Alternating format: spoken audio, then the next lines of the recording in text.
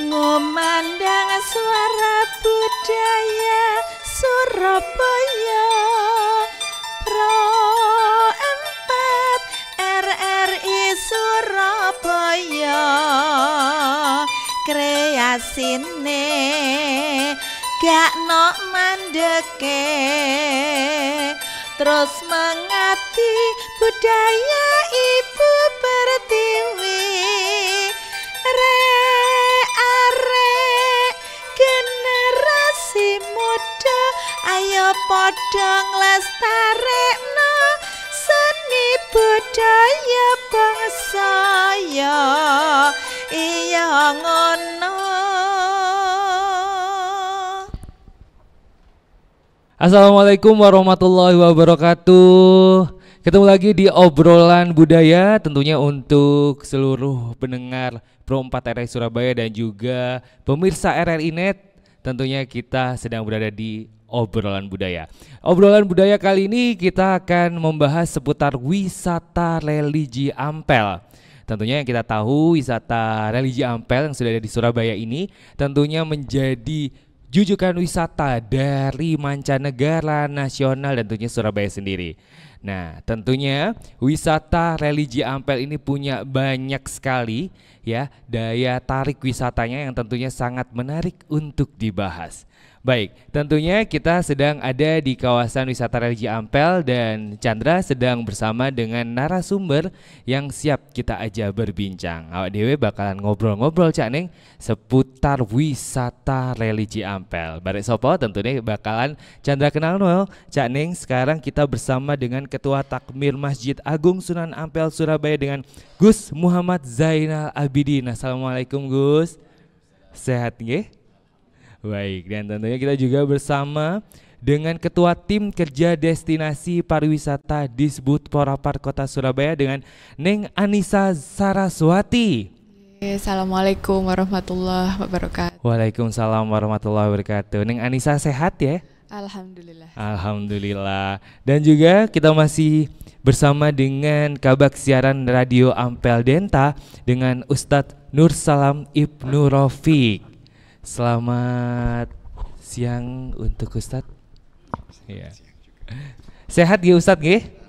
Alhamdulillah sehat dengan Ustadz Nur Salam. Ya Cak Neng niku nggih bersama dengan narasumber yang akan membahas seputar wisata religi Ampel dan tentunya kita akan membahas topik apa saja sih daya tarik wisata yang tentunya bisa menarik wisatawan dari nasional, mancanegara, dari manapun. Semuanya hadir untuk berwisata religi di kota Surabaya, tepatnya di wisata religi Ampel. Nah, saat ini kita bersama dengan Gus Muhammad Zainal Abidin. Baik, Gus, tentunya kita berbicara tentang Ampel. Tentunya kalau kita berbicara tentang Ampel ini, kita kan sudah tahu sejarahnya. Nilai-nilai sejarah yang terkandung dalam wisata religi Ampel ini sungguh sangat banyak sekali. Bahkan kalau bisa dibilang dari tahun berapa nih wisata Ampel ini berdiri? Ya, tentunya dari sejak dulu ya. Cuman untuk perkembangannya ini di zaman modern kisaran tahun 2000-an ya. Jadi di situ masyarakat dari pemerintahan daerah untuk menjadikan wilayah Sunan Ampel ini sebagai wisata religi. Dari situ kami mengembangkan wisata yang berada di sini tentunya bukan hanya berpatokan pada Sunan Ampel saja. Tentu beliau adalah leader, seorang leader yang pendakwah pertama kali di Nusantara. Setelah fase-fase beliau ada juga beberapa ulama-ulama, bahkan mungkin banyak orang yang tidak tahu ya, ada seorang mufti dari Arab Saudi pada zamannya kerajaan Mamlakatul Arabiyah Al-Hijaziyah sebelum adanya negara Saudi Arabia, yaitu bernama Mahmud. Ada Mahmud, kemudian ada Muhammad. Beliau adalah mufti dari kerajaan Al-Hijaz. Juga ada beberapa ulama-ulama seperti Sakibudin ya, Kiai Sakibudin, juga ada juga tokoh nasional Kiai Haji Mas Mansur dan beberapa ulama-ulama lain yang berperan dalam berdakwah di Sunan Ampel ini. Jika memang kita berbicara tentang Sunan Ampel sendiri ya, bahwa sejarahnya memang beliau adalah disebut sebagai ayahnya Sunan. Ya, ibaratnya bapak Sunan gitu ya. Karena beliau juga melahirkan beberapa sunan juga yang tentunya ikut berdakwah gitu. Dan ini menjadi daya tarik yang sangat kuat terlebih di nasional, bahwa di antara sekian 9 sunan termasuk yang memang sunan ini adalah yang ibaratnya dituakan mungkin ya begitu. Jadi mungkin daya tariknya lebih besar. Tapi sebenarnya kalau berbicara tentang daya tariknya sendiri, dari sosok seorang Sunan Ampel, kalau memang sudah sunan kan memang sudah punya daya tarik. Tapi yang paling membedakan dengan sunan-sunan yang lain itu apa? Kalau orang-orang datang ke sini selain memang beliau adalah yang bapaknya sunan, apalagi daya tarik Ampel ini sehingga bahkan internasional pun bisa hadir nih. Kan banyak pilihannya, katakannya begitu. Saya kira daya tarik salah satunya mungkin edukasi ya.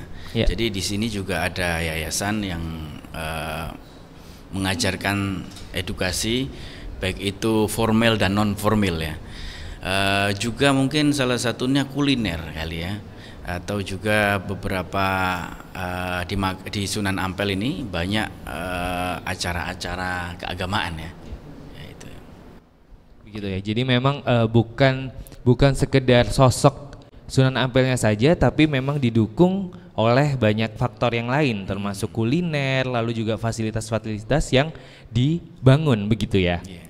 Baik, nah kali ini kita beralih kepada Ning Anisya Saraswati yang selaku Ketua Tim Kerja Destinasi Pariwisata di Sput Porapar Kota Surabaya. Nah, Ning Anisya, tadi kita sudah berbincang dengan Gus Muhammad Zainal Abidin seputar Sunan Ampel, bahwa ternyata bukan hanya sosok Sunan Ampelnya saja yang membuat daya tarik wisata di wisata religi Ampel ini. Tadi disebutkan oleh Gus Abidin ya bahwa ada kulinernya juga. Tapi kalau yang disampaikan kuliner, tapi Chandra sendiri ini melihat kayaknya lebih dari itu gitu ya. Ada religi, ada kuliner, lalu juga mungkin pernak-pernik yang diberikan ini banyak sekali ya kan, ada oleh-olehnya dan mungkin yang tidak Chandra tahu lebih banyak lagi. Nah, selaku Ketua Tim Kerja Destinasi Pariwisata nih, bagaimana sih kacamata pariwisata dari Sunan Ampel sendiri? Karena memang destinasi religi begitu ya, tapi kalau untuk disebut Porapar ini menempatkan wisata religi Ampel ini seperti apa? Apakah khusus di religinya atau bisa dikembangkan di lainnya begitu? Matur nuwun Cak Chandra. Jadi kawasan Ampel sendiri memang berawal dari kawasan bersejarah ya, kawasan heritage yang bisa dibilang Mbah Ampel inilah mungkin yang mendirikan Surabaya. Beliaulah yang membangun cikal bakal adanya kota Surabaya. Dari nilai itu berawal dari penyebaran agama Islam, kemudian menimbulkan efek kebudayaan yang ada di kawasan religi, sehingga nilai-nilai itu yang bisa dijadikan sebagai daya tarik destinasi wisata di kawasan ini. Dengan adanya atraksi itu, otomatis orang-orang yang ada di luar Surabaya yang mungkin awalnya hanya ingin untuk beribadah ya ke Surabaya, ternyata sampai sini ada daya tarik lain nih, karena pemerintah menyediakan fasilitas-fasilitas seperti kawasan kuliner, kemudian sarana prasarana yang memadai, kemudian terminal juga yang areanya cukup luas di situ. Dengan pemerintah memfasilitasi seperti itu, harapannya bisa menunjang kawasan wisata religi Ampel. Jadi banyak yang menunjang ya, fasilitas-fasilitas pun memang sudah dilengkapi ya kan, dari jarak untuk menempuh, lalu lokasinya, parkirnya begitu ya, memang itu semua sudah diatur semuanya, jadi semakin baik. Lalu berbicara dari segi sejarah, kita kaitkan ya sejarahnya dari Sunan Ampel sendiri, bahwa beliau adalah dari negeri Campa, lalu menuju ke Palembang, Palembang menuju Tuban, Tuban menuju ke Surabaya, dan ternyata di balik itu ada jejak-jejak sejarah. Ya mungkin bisa dibilang sosok dari Sunan Ampel sendiri sangat kuat sehingga jejaknya pun selalu membekas. Dan ada situs sejarahnya, termasuk yang kita temui di Masjid Rahmat Surabaya. Kalau di Surabaya ada juga makam di Masjid di Peneleh ya Gus ya, itu. Dan di situ juga punya sejarah yang terkandung di situ. Tapi dari kacamata di Subut Porapar nih, untuk membangun wisata religi Ampel ini kan sudah cukup sukses ya untuk dikenal sampai internasional. Lalu apakah ada rencana untuk membuat kloningan baru, mungkin dari segi jejak sejarah yang ditorehkan oleh Sunan Ampel, seperti yang ada di Masjid Rahmat yang selama ini memang kuat di religi, bahwa orang yang berdoa di sana akan diijabah begitu, tapi di sana masih belum terkandung wisata penunjang lainnya, unsur-unsur yang lain seperti kulinernya, lalu oleh-olehnya itu kan di sana belum ada. Apakah di Subut Porapar ini ada rencana begitu untuk membangun kloningan baru sehingga ada Ampel yang sesukses ini ada lagi yang muncul begitu? Jadi dalam membangun sebuah konsep wisata itu ya, kita harus memikirkan dari kacamata wisatawan, bahwa wisatawan itu dalam menuju sebuah objek wisata itu harus ada 3 hal, Mas Chandra. Yang pertama adalah hal yang harus dilakukan atau to do, ada hal yang harus dilihat, to see, yang ketiga ada hal yang bisa dibeli, to do, to see, to buy. To do, to see, to buy, itu 3 unsur yang menjadi paket begitu ya? Paket sebuah wisatawan, paket lengkap ya kalau orang mau berkunjung ke tempat wisata itu.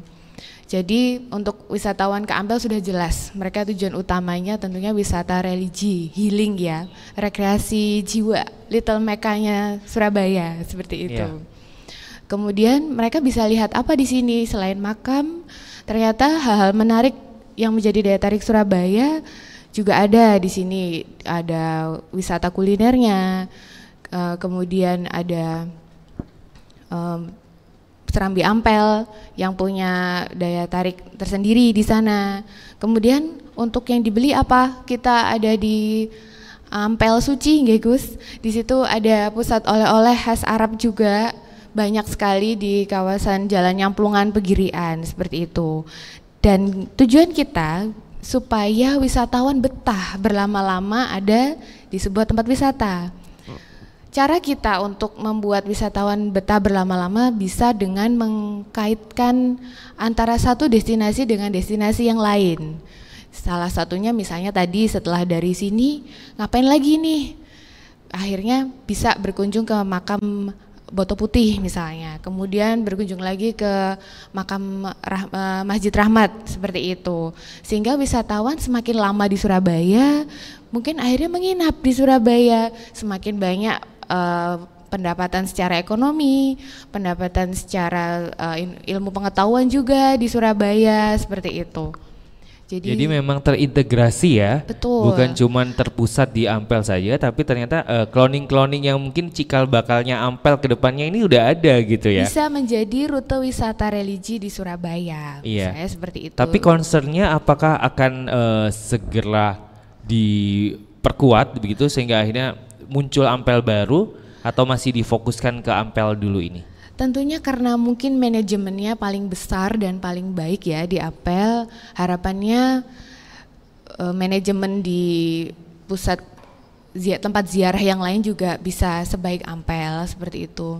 Minimal secara sosial budaya masih terpelihara, secara keilmuan juga masih bisa menjadi pusat ilmu gitu bagi peziarah. Baik begitu ya. Jadi memang sudah sangat dimatangkan sekali ya.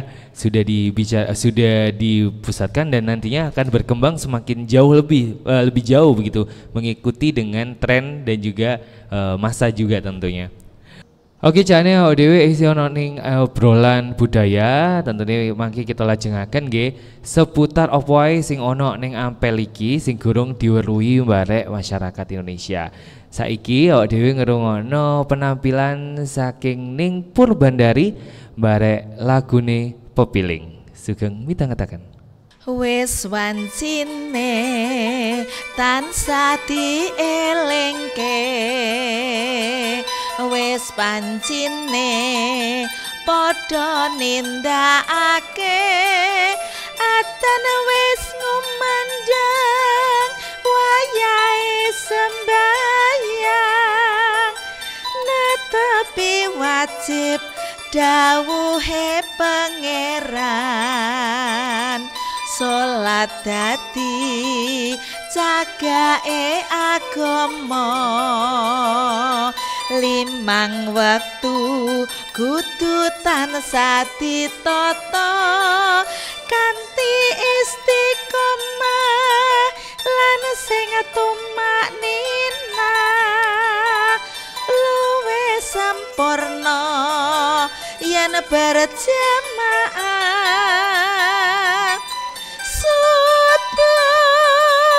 Luhur lan asar salat sayekti ngedohke tindak mungkar, magrib lan isya jangkepe prayogane ditambah salat sunahe.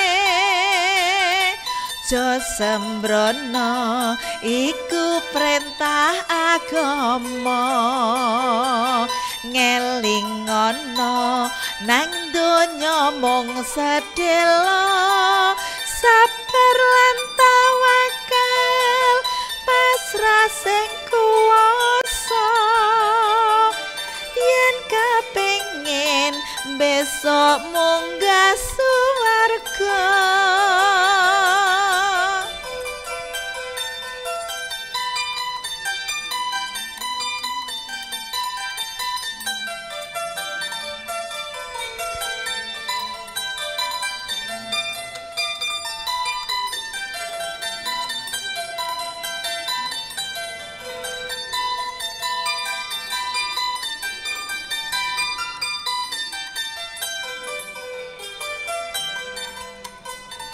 wis wancine tansah dielingke, wis wancine padha nindakake, atan wis ngumandang wayahe sembayang, netepi wajib dawuhe pangeran. Salat dadi cagake agama, 5 wektu kudu tansah dijaga kanthi istiqomah lan sing tumaknina. Yani perlu yen berjamaah,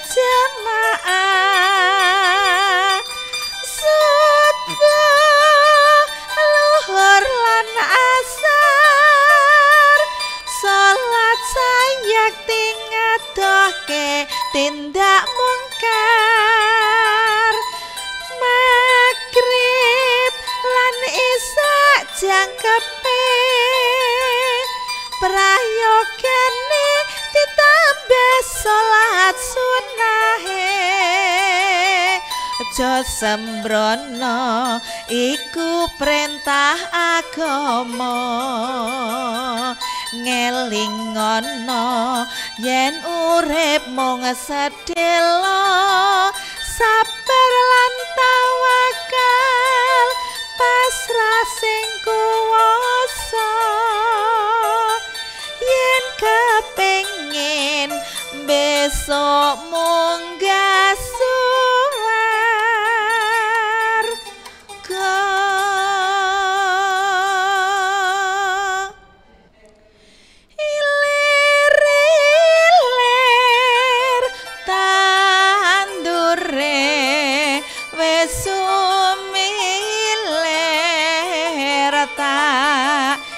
ijo royo-royo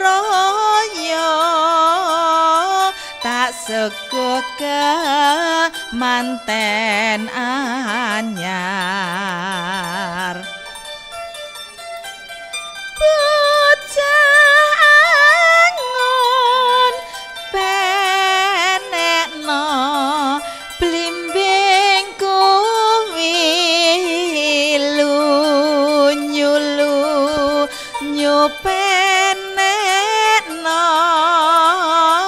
kanggo mbaso dodotira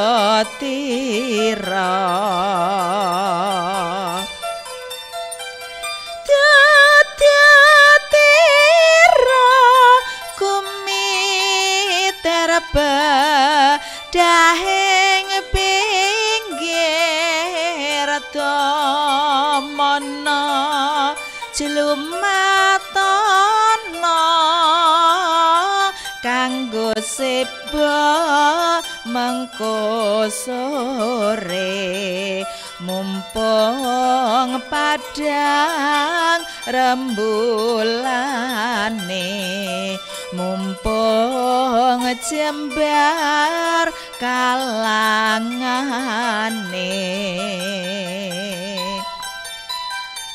ya sura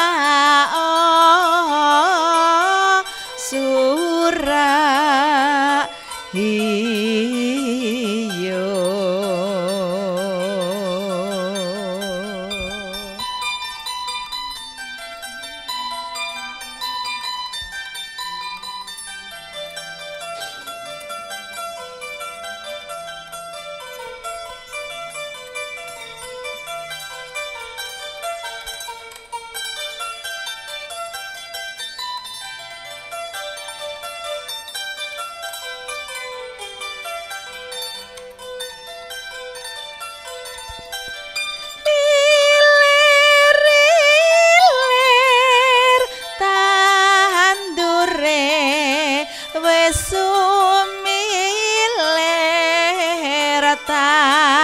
ijo royo-royo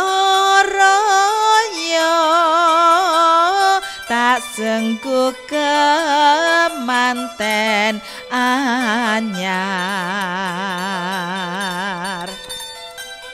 bocah angon penekno blimbing kuwi nyupenekno kanggo mbaso dodotira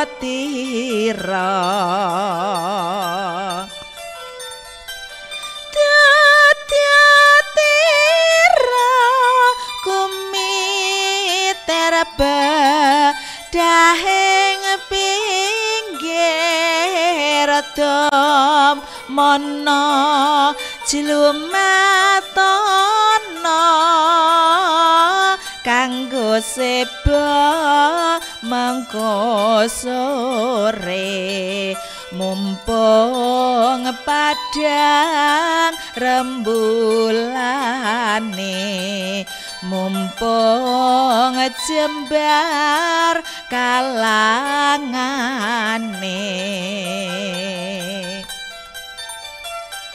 ya sura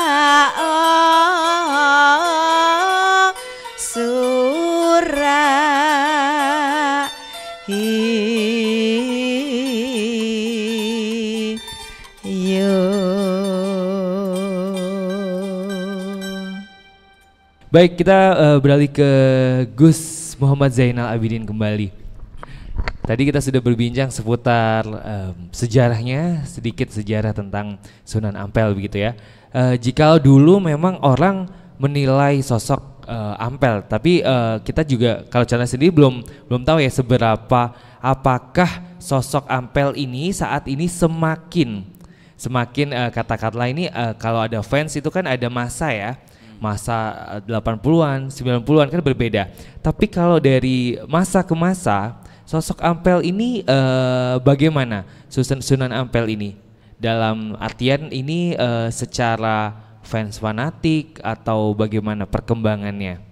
Semakin dikenalkah atau mungkin justru saat ini karena generasi milenial semakin memudar begitu? Kalau menurut Gus Habibin gimana? Baik, Cak. Jadi beliau ini adalah seorang murabbi. Saya katakan bahwasanya beliau adalah pendidik. Jadi awal dasar akidah ya yang diajarkan oleh beliau ini kepada masyarakat Majapahit pada waktu itu, sehingga dari yang dahulunya masyarakat ini tidak berakhlak begitu ya, jadi sampai beliau masyarakat Majapahit ini memiliki akhlak karimah ya. Kemudian beliau juga membekali dengan akidah sehingga saya kira itu yang menjadi dasar edukasi ke masyarakat Indonesia ini sampai saat ini. Jadi sampai saat ini masih nuansa edukasi beliau itu sangat terasa begitu ya.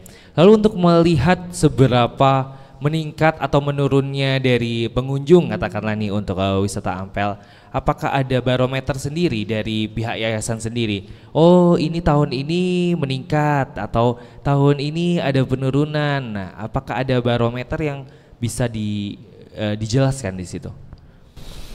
Saya kira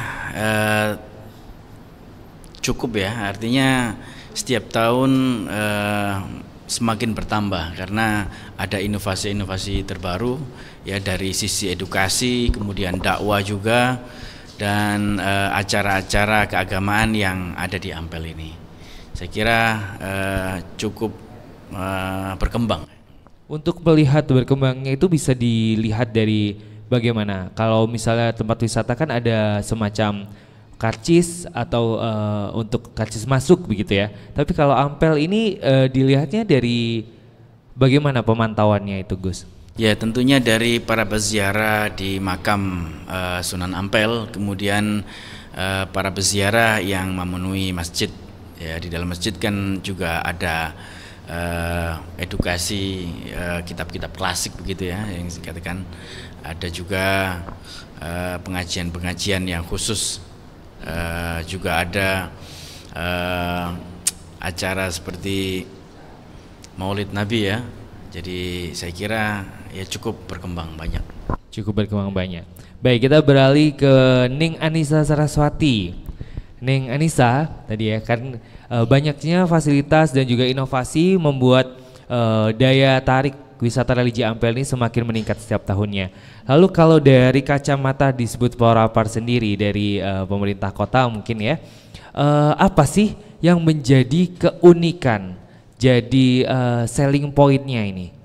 Jadi selling point dari wisata religi Ampel dan yang mungkin kedepannya akan dikembangkan lagi itu apa selain religinya? Orang mengenalnya ini apanya sih? Ya. Sedikit cerita ya, Cak Chandra. Boleh. Setelah era pandemi, itu memang semakin kesini itu wisata itu trennya adalah wisata lokal gitu. Dan minat wisatawan itu cenderung wisata yang nggak jauh-jauh misalnya seperti itu pada awalnya. Kemudian berkembanglah wisata storynomic atau wisata cerita, wisata sejarah seperti itu.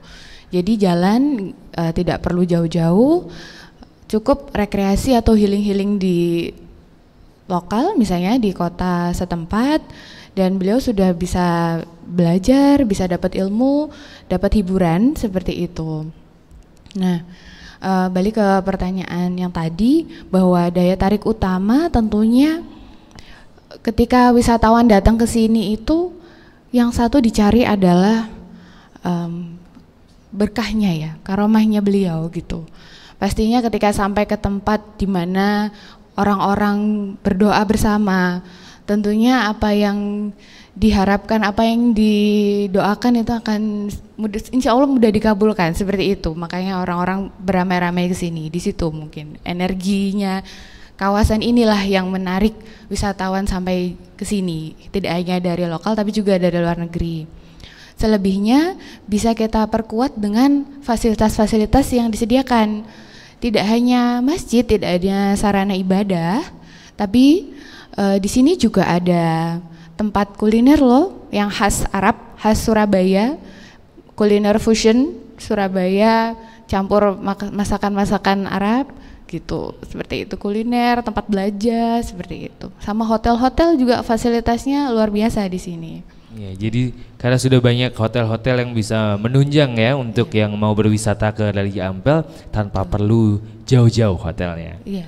Baik, itu tadi Cak Ning. Ternyata untuk Cak Ning jikalau ingin hadir di wisata Religi Ampel tentunya fasilitas sudah dilengkapi dan tentunya selling pointnya tadi itu sudah terpenuhi semua. Jadi setiap yang mau datang sudah bisa, apapun diinginkan, menenangkan hati bisa, cari oleh-oleh bisa, dan tentunya banyak fasilitasnya. Ya Cak Ning, mari ini sampean bakalan melihat ya penampilan spesial saking Ning Purbandari barek penampilan menyanyikan lagu Tombo Ati. Tetap ning kene ning obrolan budaya.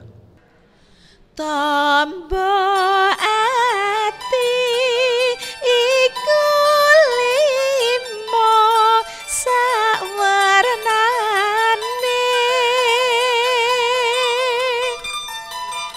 maca Quran angen-angen sakmanane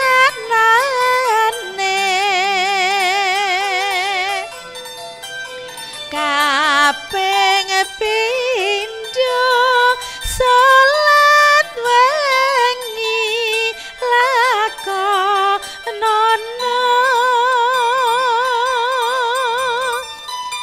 kaping telu wong kang saleh kumpulono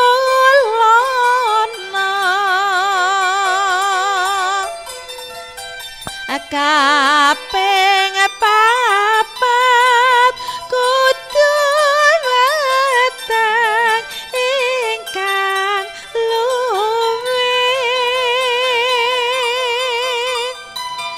kaping limo tikir wengi ingkang suwe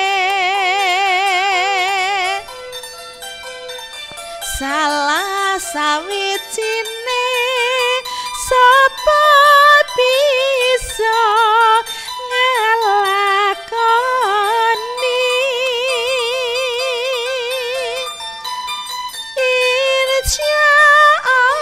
insyaallah Gusti Allah ngijabahi.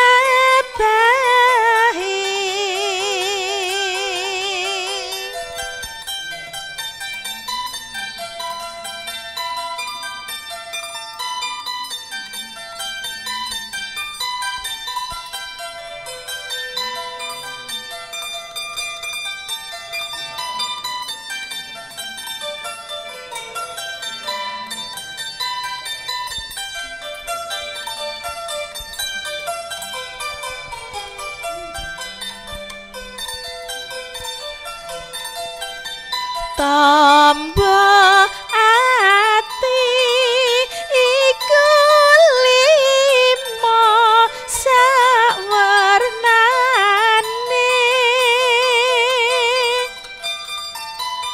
maca Quran angen-angen sakmanane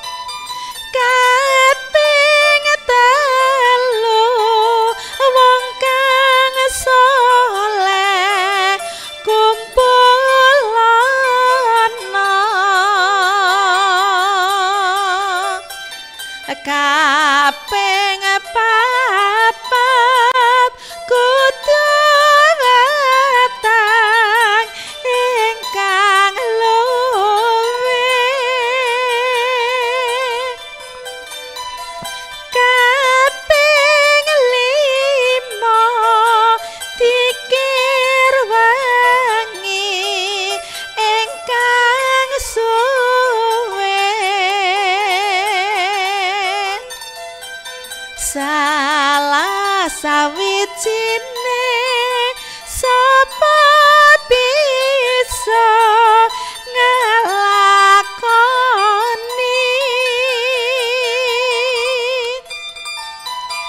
insya Allah Gusti Allah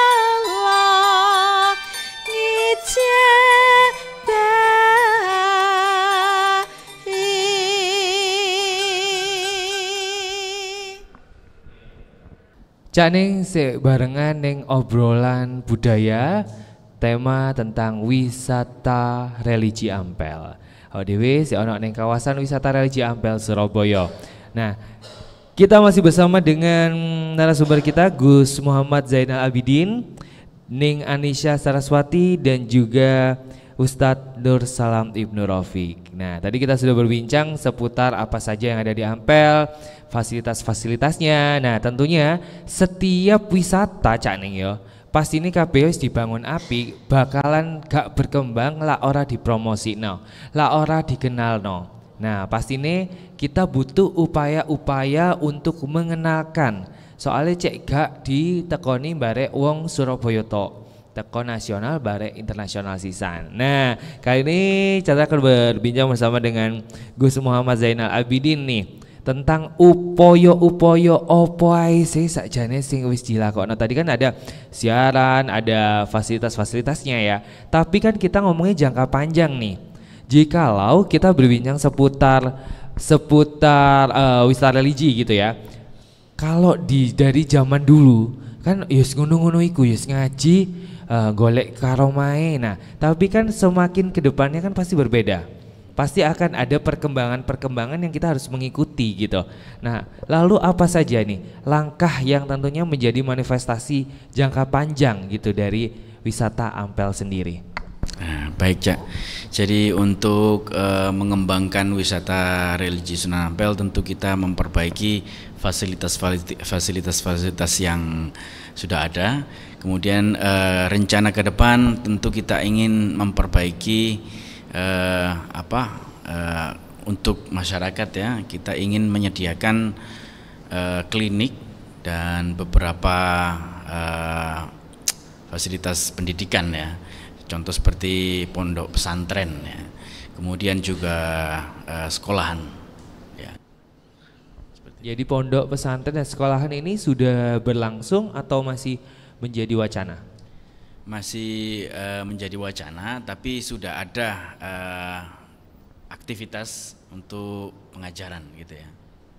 Lalu untuk mengawal perkembangan zaman dari milenial ke Gen Z dan perkembangannya terus gitu ya, apa yang mungkin diantisipasi nih untuk Ampel sendiri? Karena ada sebagian orang mengatakan ngapain ke Ampel koyo wong tuwe ae. Nah, ada beberapa statement seperti itu. Ya kan? Memang anak muda mungkin perginya pandangannya ke taman remaja iki ya, gaul iki kan.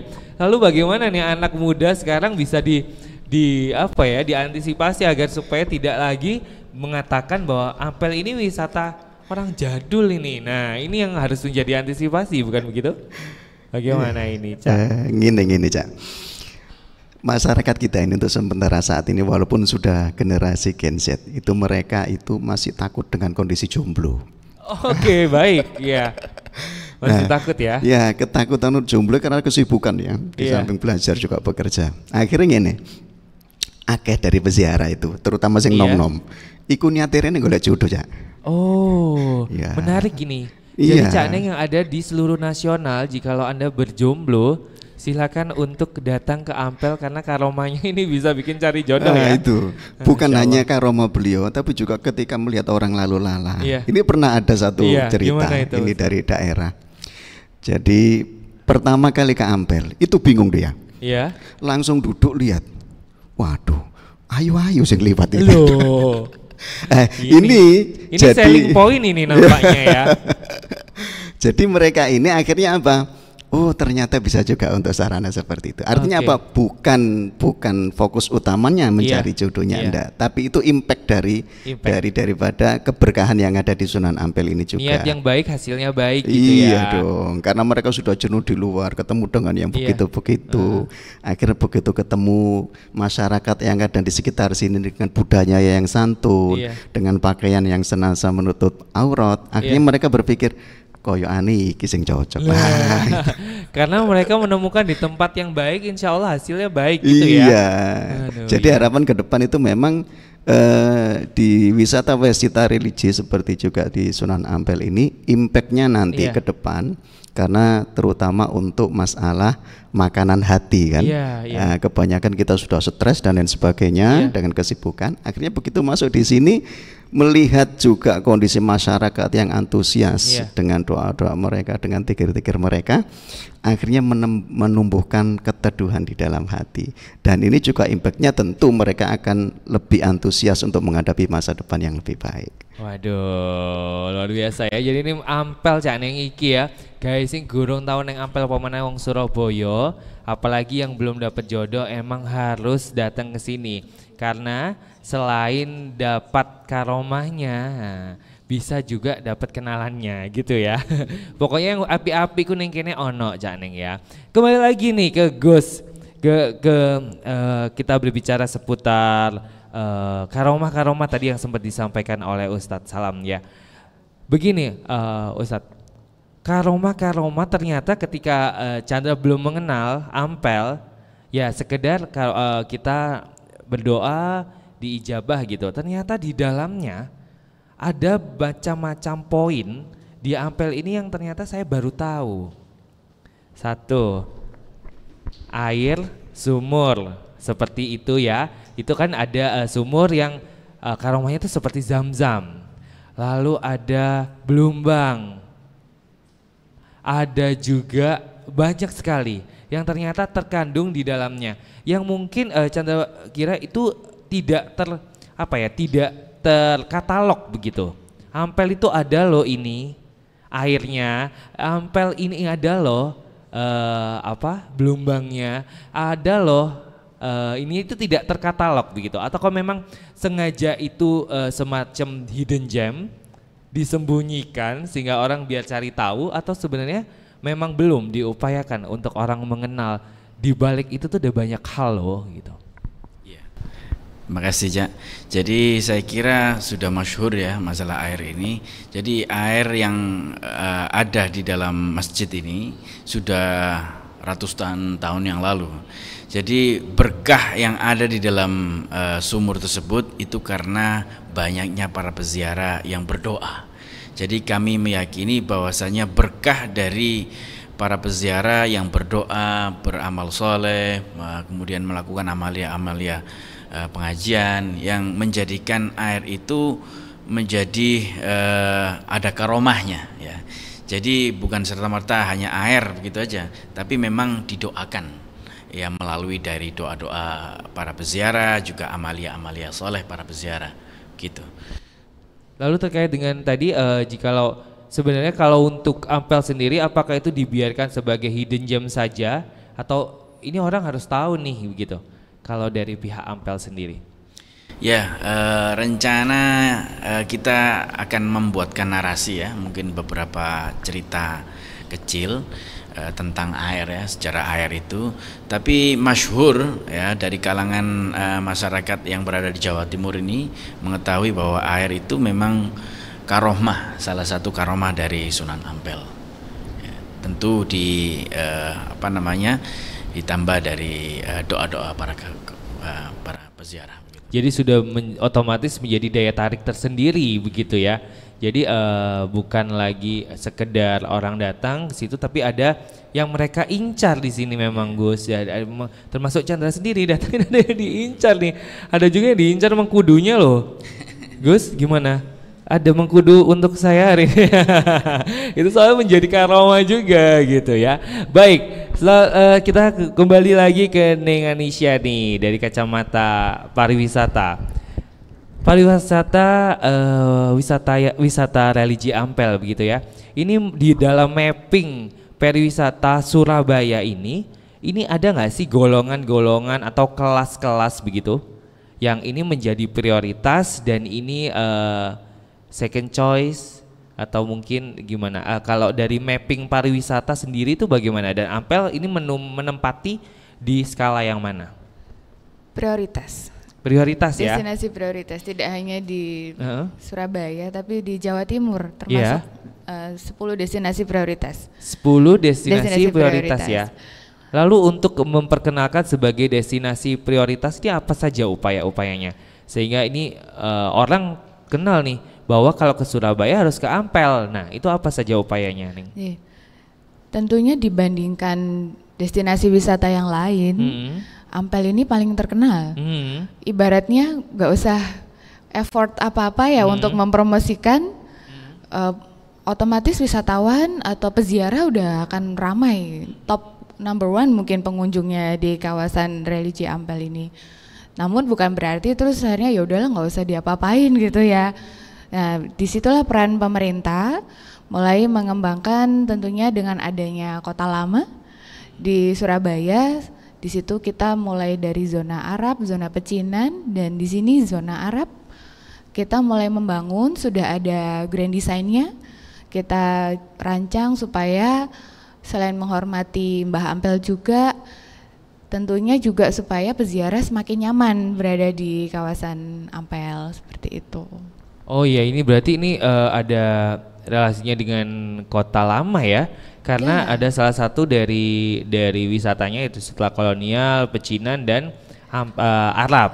Dan wisata Arab ini selling pointnya adalah Ampel itu ya. Ya tentu saja, karena itu di grand design-nya kita fasilitasi gimana terminalnya itu sudah ada rencana bahwa nanti akan dibangun sebuah fasilitas yang semacam arena parkir yang untuk mobil kendaraan, kemudian ada mallnya sama ada shuttle yang bisa membawa pengunjung dari terminal ke kawasan masjid, seperti itu. Oh, jadi shuttle sendiri nih ya khusus untuk dari terminal ke masjid. Ya, nah ini sangat memudahkan sekali nih. Itu. Mungkin itu akhirnya kerjasamanya sama Wirawiri sama Bis Surabaya gitu nggak sih? Iya, kita kolaborasi, tidak hanya dengan pihak yayasan, tapi kita juga ada investor-investor juga. Iya. Jadi Ampel ini mulai dilirik nih dengan adanya perkembangan wisata. Jadi mungkin siapa tahu ada investor yang sudah mulai naruh kendaraan transportasi wisata di Kota Lama, nanti lama-lama bisa sampai ke Ampel, gitu. Wah, gitu. Kayak yang kita lihat Kota Lama ini kan baru yang di ini ya era Belanda gitu ya, kawasan Eropa gitu ya. Lalu untuk Ampel sendiri kan Ampel ini enggak diapa-apain udah ini nih, udah Arab banget nih gitu ya. Apakah ini sudah begini? Maksudnya ketika tadi yang zona Eropanya kan dibangun dan sekarang jadi berubah sekali dan sangat menarik wisatawan sekali nih. Tapi kalau Ampel yang sudah ada, yaitu tadi kembali lagi gak diapa-apaan, iki wis sapi ngono lho, wis Ampel iki wis Arab banget. Nah, tapi gimana tuh? Apakah ada ini lagi rencana dibangun sesuatu yang memperkuat ini kawasan Arab begitu? Tentunya ini juga komitmen dari Bapak Wali Kota juga ya, Mas. Karena kawasan ini meskipun sudah menarik bukan berarti tidak diapa-apakan. Jadi beberapa alokasi anggaran juga memang untuk pengembangan kawasan wisata religi seperti revitalisasi gerbang Ampel. Kemudian kita juga sudah tahun ini sudah melakukan pembangunan Serambi Ampel sebagai kawasan kuliner, penertiban kawasan, penertiban area parkir juga. Terus pedagang-pedagang yang PKL yang mungkin berjualannya di sisi pedestrian atau di trotoar itu kita tertibkan, kita relokasi di Jalan Kalimas Timur. Itu semata-mata demi kenyamanan peziarah yang mayoritas berjalan kaki di sini. Ya itu sudah dimulai ya, karena memang untuk pedagang-pedagangnya sudah mulai ditempatkan di tempat yang terpusat yang lebih nyaman begitu ya. Betul.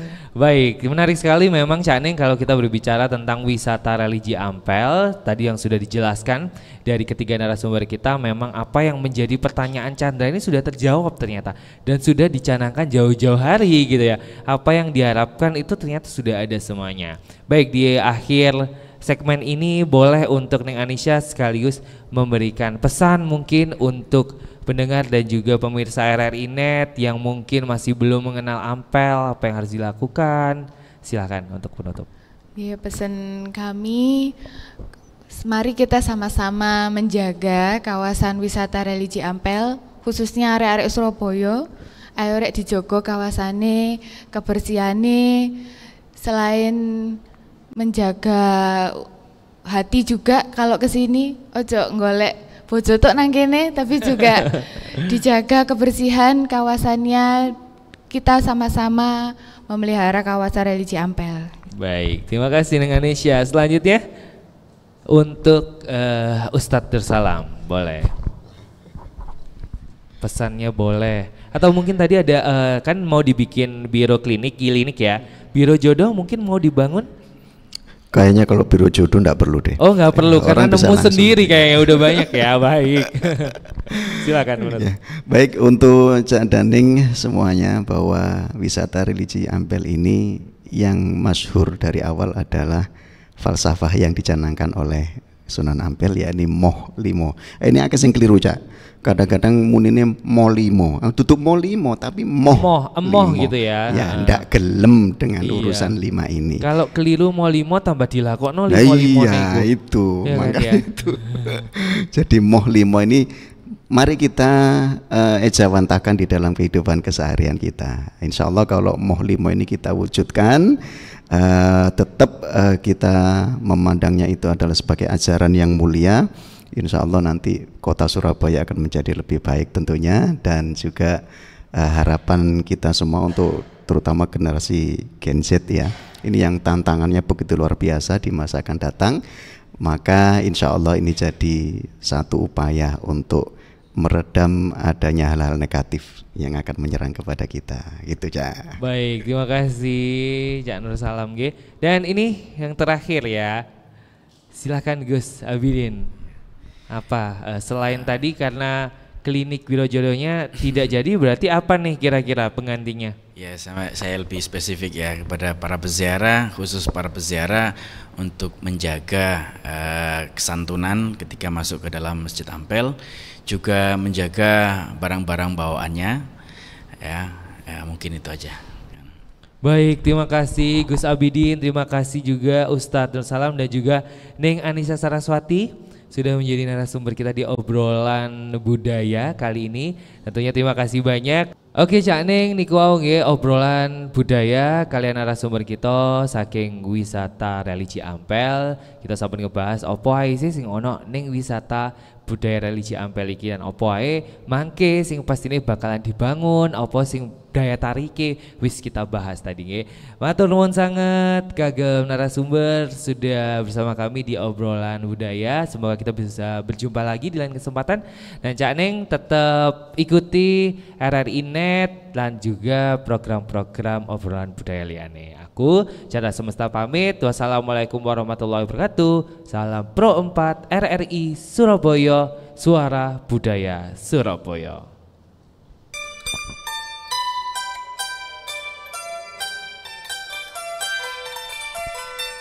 Ngomandang suara budaya Surabaya, Pro 4 RRI Surabaya, kreasine gak nok mandeke, terus mengabdi budaya Ibu Pertiwi.